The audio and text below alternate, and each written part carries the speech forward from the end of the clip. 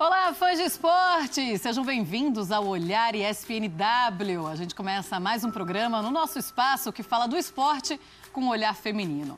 E esta semana a gente vai saber mais sobre superação de traumas, sobre o medo de que algo de ruim que já aconteceu volte a ocorrer. Você tem algum trauma? Já conseguiu superar algum medo?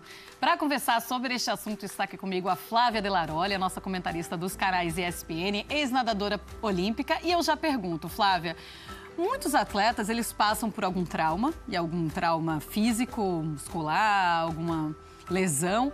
Muitos. E aí, eles ficam com medo de voltar a fazer aquele mesmo exercício que causou a lesão. Isso já aconteceu com você? Atualmente, eu tento superar o trauma da natação, basicamente. De ter vivido vários anos nadando, como um todo. Nas traumas, a gente acaba acumulando vários no decorrer dos anos, mas o atleta também tem uma resiliência muito grande que o caracteriza, né? Como atleta em si. Para você ser um atleta de alto rendimento, você tem que ter uma resiliência, né? E eu acho que ele tem já um poder de superação. Agora, certos traumas acabam sendo maiores do que outros, exigindo um pouco mais desse dom de resiliência e de superação. E aí a gente vê também quem são os melhores atletas nesse meio, né? Vamos aos nossos convidados. A gente vai conversar também com quem já superou um trauma. A Dani Piedade, jogadora de handball da seleção, sofreu um AVC em 2012, em quadra, voltou a jogar no ano seguinte. Eu já imagino, Dani, que você voltou a jogar, mas não totalmente sem medo. Tinha um pouco de insegurança? Seja bem-vinda ao Olhar ESPNW. Olá, tudo bem? Um pouco, né? A gente, com o tempo, vai treinando pouco a pouco, né? Eu tive 5 meses de recuperação depois do AVC, mas eu sempre fui muito positiva, com o apoio de muitas pessoas, familiares, amigos, né? Então, pouco a pouco, foi tirando aquele medo, né? E depois de 5 meses, eu tive aquele aval, pode voltar a jogar. Claro, quando eu voltei para as quadras, tocar a bola foi diferente, né? Eu treinava, assim, musculação, corria, mas era diferente. E, claro, eu tinha um pouco da falta de acessibilidade da mão, né? A perna também não estava 100%. Mas aí, pouco a pouco, né, foi colocando tudo na minha cabeça que eu poderia voltar às quadras, estar 100%, foi o que aconteceu. Superou um medo. Nosso outro convidado, e ele vai falar também sobre essa superação de medo, é psicólogo e doutor em neurociências e comportamento, doutor Júlio Pérez, que, entre outros estudos publicados sobre o tema, é autor do livro Trauma e Superação, o que a psicologia, a neurociência e a espiritualidade ensinam. Doutor, o senhor vai nos ensinar como superar alguns traumas por aqui. Seja bem-vindo. Muito obrigado. Será um prazer. E, na verdade, o que eu vou fazer é sensibilizar o que vocês já sabem. Porque, afinal, todos nós temos a potencialidade da resiliência, né? Como a Flávia acaba de colocar.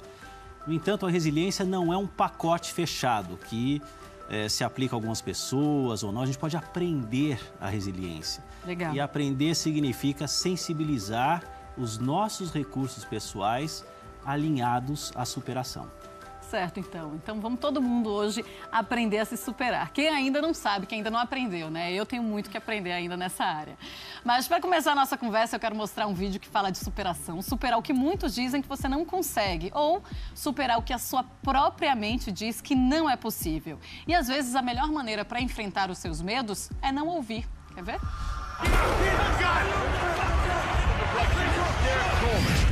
They told me it couldn't be done, that I was the lost cause. I was picked on and picked last. Coaches didn't know how to talk to me. They gave up on me. Told me I should just quit. Don't move until I move, don't move until I move. And the last pick is... They didn't call my name. Told me it was over. But I've been deaf since I was 3, so I didn't listen. And now I'm here with the loudest fans in the NFL cheering me on, and I can hear them all. Pois é, aquela história do confie no seu poder e a gente consegue, e eu acho que eles fazem um paralelo muito bom com essa história de, muitas vezes ele não escutava, ele não ouvia que as pessoas estavam falando para ele que ele não ia conseguir. E às vezes a gente consegue não ouvir o externo, a gente não ouve o interno, que muitas vezes diz você não vai conseguir, e aí a gente vai e supera alguns traumas. Isso acontece, né, doutor? Certamente. Os diálogos internos movem o caminho do psiquismo. Então, nós precisamos de endereços para o nosso psiquismo e quando a gente não tem esses objetivos demarcados, essa agilidade mental, psíquica, muitas vezes se volta contra nós próprios. Sim. A superação traumática se relaciona diretamente com novos objetivos, novos endereços para o psiquismo, de maneira que a gente possa alcançar esses objetivos. E interessante, essas perspectivas psíquicas modificam expressões cerebrais. Uma das minhas linhas de pesquisa envolve neurociências e a gente observa com exames de neuroimagem o que acontece com pessoas traumatizadas antes da psicoterapia e pós-psicoterapia. Certo. Então, o que nós desejamos, percebemos e categorizamos como objetivos modifica nossas expressões mentais, cerebrais, favorecendo plasticidade neural. Quer dizer, novas sinapses acontecem, novas regiões são ativadas, de maneira que nós consigamos, assim, superar essas adversidades que todos nós atravessamos ou atravessaremos. Sim. É que muitas vezes a gente também não consegue superar isso sozinha, né? E aí a gente precisa de uma ajuda interna, às vezes de um médico, às vezes dos amigos, às vezes da família, e tudo isso faz a diferença. Bom, aconteceu o dia fatídico, né? Final de setembro. Você tinha quantos anos? Eu tinha 22 anos. Não, desculpa, Não. 35 anos.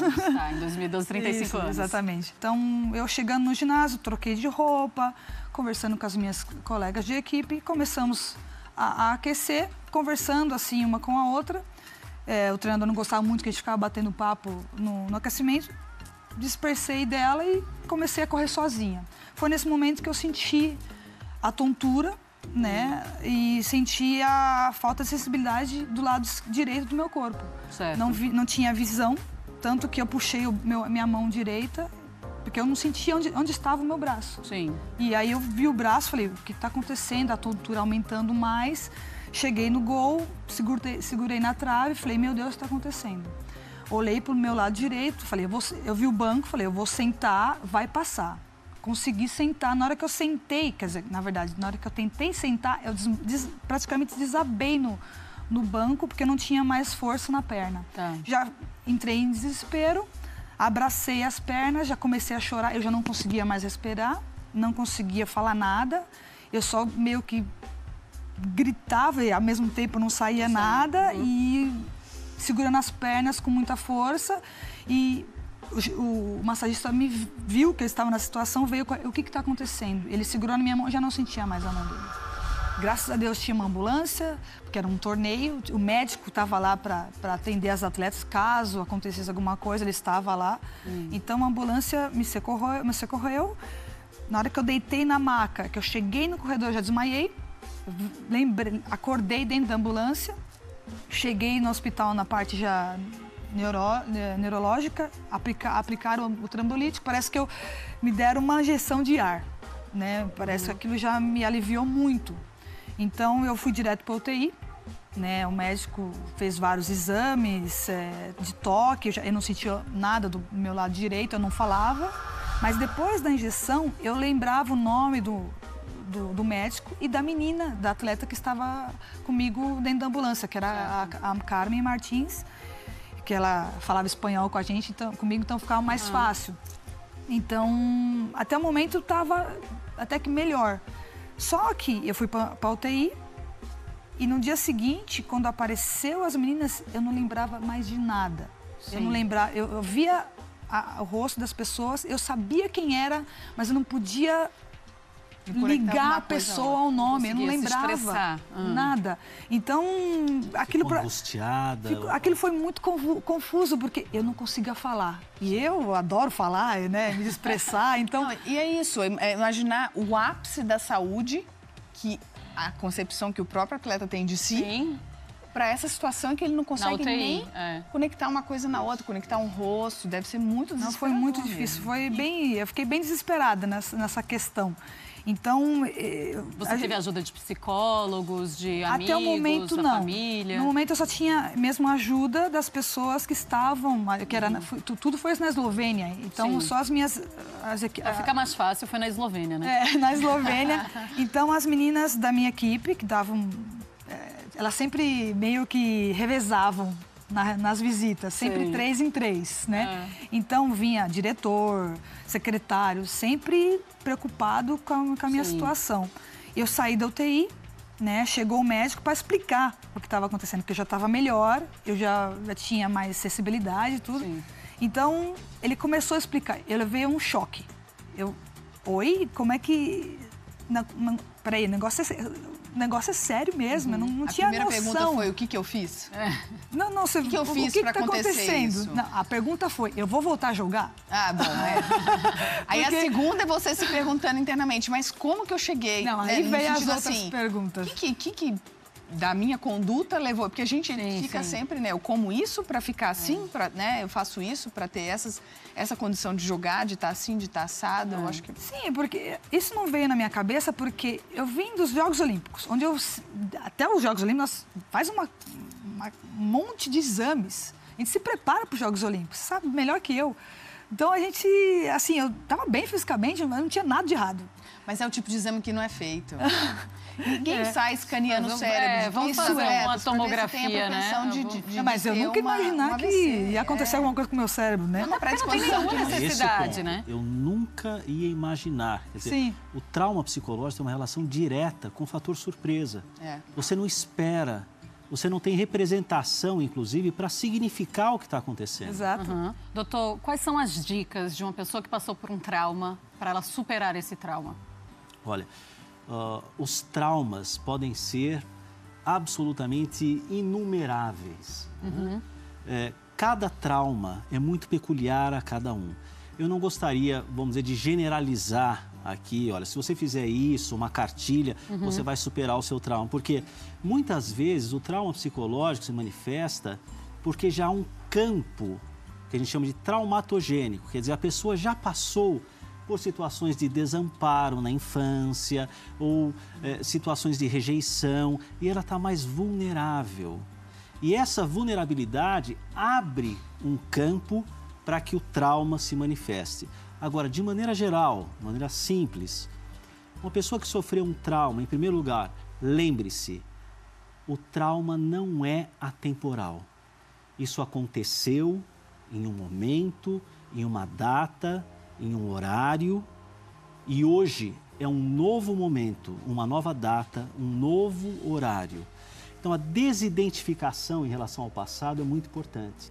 Você tem recursos pessoais, você conseguirá fazer essa travessia. O que é importante você fazer é significar o que aconteceu, em primeiro lugar. Em seguida, qual a razão do que aconteceu na sua vida? Por quê?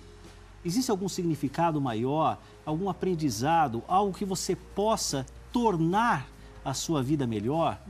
O que a gente chama de resiliência. A capacidade de sofrer o impacto e não simplesmente voltar à forma natural, mas uma forma ainda melhor do que a que você tinha. E a religiosidade, a espiritualidade fazem parte, na maioria das pessoas, desse processo de superação. É interessante observar isso. Quando a pessoa já tem uma religiosidade intrínseca, ela fortalece essa religiosidade. Certo. E se ela não tem, muitas vezes ela busca por isso para que um sentido maior seja encontrado. A ajuda especializada também é muito importante, a psicoterapia especializada na superação traumática e, em último lugar, e não menos importante, a valorização das situações mais singelas do dia a dia.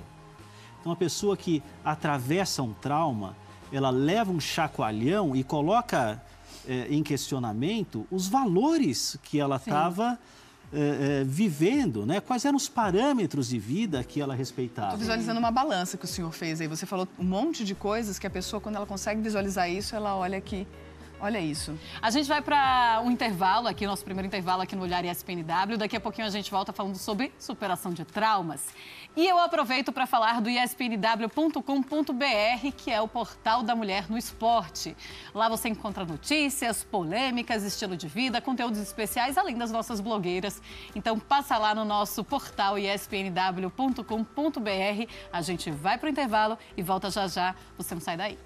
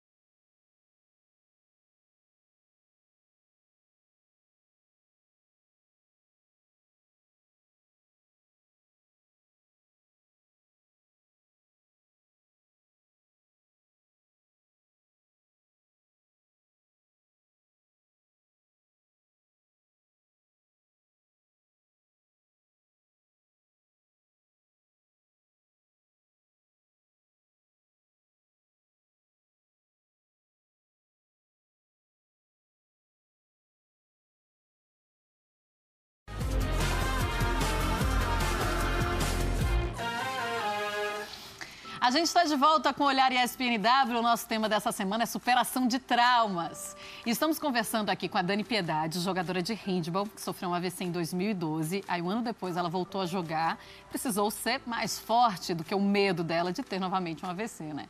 E a gente também conversa com o Dr. Júlio Pérez, que é psicólogo, doutor em neurociências e que está nos contando sobre como as pessoas que passam por uma experiência traumática conseguem superar esses medos. Mas, Dani, eu queria que você falasse aqui, a gente já deixou no primeiro bloco, como foi que você viu assim, não, superei? Depois de toda a recuperação, de todo o treinamento, toda aquela coisinha, detalhes, com psicólogo, família, amigos, todo aquele, né, aqueles momentos bons que pouco a pouco foi chegando ao ápice de voltar a jogar. Ah. Então, voltei a jogar. Depois de um ano, né, jogando já Ligas Campeões, já tá treinando normalmente. Aí, lógico, depois de um ano, nós temos sempre o mesmo, a época do mesmo torneio, né, que a minha equipe sempre fez. Então, chegou. Então, começamos a aquecer, praticamente a equipe era a mesma, né? Então, olho para o outro lado da quadra, peraí, o mesmo ginásio, a mesma equipe, praticamente o mesmo horário. Eu, ai, meu Deus, e agora? Como é que vai ser? Aí, minha amiga, super amiga, o que está acontecendo? Você tá vendo? Tô no mesmo ginásio, com a mesma equipe. Estranho, ela, calma. Ela já sentiu um pouco de... Ela ficou com mais medo do que eu. Ela, calma, tá tudo bem. Já passou. Aí eu olhei assim... realmente, passou. Vamos embora. Vamos jogar, como se nada aconteceu. E nada aconteceu mesmo e ficou no passado, você já tinha feito vários jogos, vários treinos, já tinha... uma segurança que veio dessa superação diária em que você se viu apta a voltar a jogar. Mas eu fico numa dúvida, assim, bem específica. Uma pessoa que opera o ombro, certo? Ela volta a nadar, no caso, o que eu conheço, né? A natação. Instintivamente, não conscientemente, ela, ao pôr força, muitas vezes, quando se olha em câmera lenta, embaixo d'água, tudo, ela fraqueja o braço. Por proteção instintiva, assim. Sim. Você tinha coisas que você fazia instintivamente ou conscientemente, não sei. Como que você modificava? Tentava se proteger, né? Tinha alguma coisa que você fazia ou era mais essa sensação pré-jogo? Na hora que você entrava no embalo do jogo, você virava a chave? Nesse momento foi, eu acho que o momento mais complicado, porque foi esse déjà vu mesmo, né? Mesma equipe, mesmo ginásio. Então, mas assim, fisicamente dizendo, normal. Desde o início. Depois do AVC, foi que nós estávamos aqui conversando. Eu voltei mais forte, sabe? Eu voltei com mais ganas de mostrar o meu melhor, né? Eu estava numa equipe boa, que nós tínhamos a possibilidade de estar entre as melhores da Europa. Então, eu tô aqui para ajudar. Você esquecia? Muitas vezes. Que nem, eu fiquei com pouca sequela, que eu ainda não tenho 100% de sensibilidade na mão direita, que muitas vezes eu esqueço. Quando eu tô cansada, eu sinto a diferença, mas mínima, né? E quando eu tô cansada, às vezes eu consigo, na verdade, a fala trava, né? Sim. Mas, caso contrário, a minha vida segue normal. Então, tanto que foi passando, né? Vou parar de jogar? Não, eu vou seguir. Enquanto eu tô bem fisicamente, eu estava bem fisicamente. E eu emagreci, fiquei mais forte. Eu fiquei com... Em 2012, eu estava com 16% de gordura. Eu baixei para 10%. Eu busquei o melhor de mim. Sim. O difícil ficou fácil, né? De repente. Exatamente. Nossa, isso era difícil? Lógico, eu tive o acompanhamento de muitas pessoas. Nutricionista, preparador físico, eu tive psicólogo, eu tive tudo. Família sempre esteve do meu lado, meus amigos sempre me dando apoio. Muito Lógico, importante. algumas pessoas não acreditavam na minha volta. Sim. Né? Muitas pessoas, porque... Você sempre acreditou? Sempre. Eu sempre fui muito positiva, eu brincava. A minha recuperação foi brincando, eu posso dizer que foi brincando. As pessoas perguntavam, a minha mãe até muitas vezes brincava comigo. Toda a diferença, claro. Eu não conseguia falar e ela falava, eu vou te colocar no soletrando, porque você não consegue falar. Aqui não sei, era muito engraçado. As meninas, nós fizemos acho que um mês depois, eu fiz um churrasco na minha casa. E as meninas que estavam na Áustria, elas vieram de lá para cá, foram 4 horas de van. E elas não tinham noção como eu estava. E eu estava andando, eu estava falando melhor, eu estava dirigindo. E quando as meninas chegaram, eu não estava em casa. Aí minha mãe, ela tá vindo. As meninas, como tá vindo? Não tô entendendo. Da UTI, né? Já ficaram em pânico. E quando eu cheguei de carro, eu fiquei impressionada com a cara deles. Você tá muito bem. E quando você diz, isso já acabou, você categoriza a situação. Aqui, agora. Então, esse é um dos desafios para as pessoas traumatizadas. Legal. Categorizar a situação no aqui e agora. Certo. Não é uma reprise do trauma, é um novo momento. Acho que se você se vê frágil, pro né? fim, isso pode acontecer de novo, acho que você se vê frágil, isso é muito difícil. Na questão física, eu já torci várias vezes o pé. Então, é que nem no caso, né? Físico é mais complicado. Então, eu tenho 10 dias para recuperar. Na hora que eu me coloco de novo em quadra, e para saltar, eu não vou conseguir, medo, né? Eu vou torcer de novo. Não tá 100%, porque a gente como atleta, a gente quer voltar sempre antes. Não, tá bem. Ou não, a dor não tá tão forte. Então você força a barra e você... Ai, meu Deus, você quer fazer, mas demais. ao mesmo tempo você fica... Não, vai. Aí na hora que você faz... Agora vai. Agora ninguém me segura. Tem uma outra atleta que ela está se recuperando de uma cirurgia, deve passar por isso. E ela tem ajuda psicológica, né? É a Thaisa, bicampeã olímpica de vôlei. E ela teve que passar por uma cirurgia séria no tornozelo. E ela também teve que passar por uma cirurgia no joelho. Tá em repouso absoluto. E a gente ouviu um pouquinho dela. A princípio, eu não sabia que eu precisava fazer cirurgia, porque eu tive Assim, eu ataquei e caí de mau jeito, mas assim, eu não senti dor, não senti nada num jogo em janeiro. Ninguém me falou que eu precisava fazer uma artroscopia, ou que eu precisava realmente, porque deu uma lesão no menisco e tal. Questionei, fui em cima e falei, quero fazer outro exame. Quando a gente fez outro exame, eu estava destruída. E eu falei, como assim? E aí eles falaram, você quer tentar um tratamento? Fica parada, faz 1 mês de fisioterapia direto, intensivo, com uma injeção bombástica, eu acho que até falei sobre isso, que eu até tenho que ficar pelo menos 2 anos e meio sem engravidar. Eu quero tentar, vou tentar jogar, vou tentar fazer tudo isso para tentar jogar mais um pouco. Você começa a compensar, você joga mais o seu peso pro outro lado. Justamente na hora da lesão, quando eu saltei, eu puxei essa perna, e quando eu caí, eu pisei no pé dela só com essa perna e com todo o peso do corpo ali. Você vê uma parte do seu corpo totalmente fora do que é o normal, assim, tava do avesso praticamente. É uma coisa muito chocante. Eu costumo falar que foi a mão de Deus ali naquele momento. Seria a única forma de falar, Thaisa, para, porque se você continuar, você pode acabar com a sua carreira. Tipo, eu começo a me questionar, será que eu vou conseguir voltar no mesmo nível? Será que meu joelho vai se recuperar ao ponto de eu conseguir chegar ao meu 100% dentro de quadra, sabe? Ver sua perna definhando dia a dia após dia, sua perna definhando, é assustador para um atleta. Muitas vezes eu acordo bem, tô ok, no dia seguinte já não acordo tão bem, aí choro, tenho que evoluir e tenho que manter o meu pensamento, o meu foco, minhas energias voltadas para o que eu posso fazer para passar por cima e para melhorar. Então, tenho feito isso. Tô de parabéns. Doutor, e esse será, na hora que um atleta está se recuperando, e um atleta que é ativo todos os dias, que vai para academia todos os dias, que treina todos os dias, é muito difícil você ficar em casa e ainda com esse será na sua cabeça, né? Muito Porque parece um tempo pra diabinho pensar. aqui. Muito tempo para pensar, o tempo todo você, meu Deus, será que eu vou conseguir voltar a jogar como era? É muita coisa na cabeça de um atleta que ele precisa superar. E aí a Thaisa, ela tem a ajuda de um psicólogo e precisa mesmo de uma ajuda, né? Ah, certamente, porque o psicólogo vai favorecer a organização desses diálogos internos. Porque esse será é pertinente. No entanto, a maneira que eu processo esse será, por exemplo, se eu considerar que não será possível, eu amplifico a insegurança, a impotência, e é para lá que eu vou. O psiquismo precisa de endereço. Tá. Eu vou para onde eu estou olhando.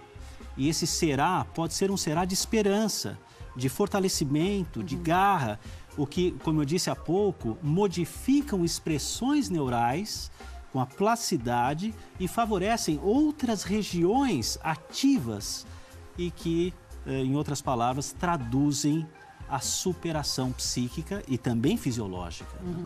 A gente vai ficando por aqui, hein, fãs de esportes, mas a gente agradece muito a participação da Flávia De Laroli, que está com a gente em mais uma semana, como sempre. Obrigada, viu, Flavinha? Semana que vem estaremos de volta novamente, mas a gente agradece também aos nossos convidados. Doutor Júlio, muito obrigada. Dani, obrigada, viu? Obrigada mesmo pela sua participação, abrir seu coração e falar de todos os teus medos e todas as tuas superações aqui no Olhar. Muito obrigada pela oportunidade. E se Deus quiser, agora a vida segue, né? E se Deus quiser, com outros objetivos. Fãs de esportes, a gente volta a se encontrar então semana que vem em mais um tema no nosso Olhar ESPNW. Tchau, até semana que vem. Obstáculos e dificuldades fazem parte da vida. E a vida é a arte de superá-los. Mestre de Rose.